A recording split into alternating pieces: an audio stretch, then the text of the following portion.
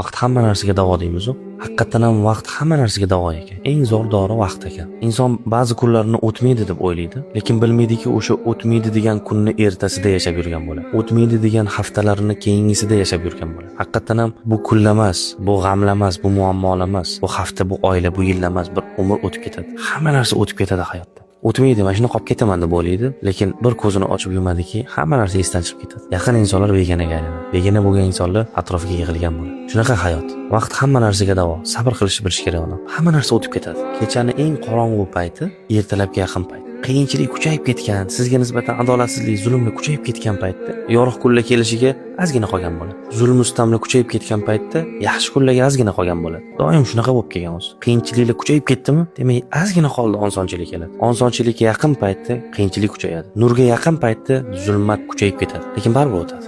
Hamma narsa o'tib ketadi. Siz umringiz o'tib ketadi. Bilmay qolasiz, bitta ko'zingizni ochasiz, qabrda yotgan bo'lasiz. O'tib ketgan bo'lasiz hayotda. Hamma narsa o'tib ketadi. Hech narsa yo'qki o'tmaydi degan. Ota-ona bolasidan ayrilib qolsa sabr qilib o'tkazib oladi-yu, kulib yuradi-yu bir necha yillardan keyin. Ota-ona bolasidan ayrilib qolsa, siz o'lib qolsangiz, ayolingiz keyib ketadi boshqasiga, baribir kulishni boshlaydi. Hamma narsa o'tib ketadi. Hamma vaqt dorisi bilan davolanadi.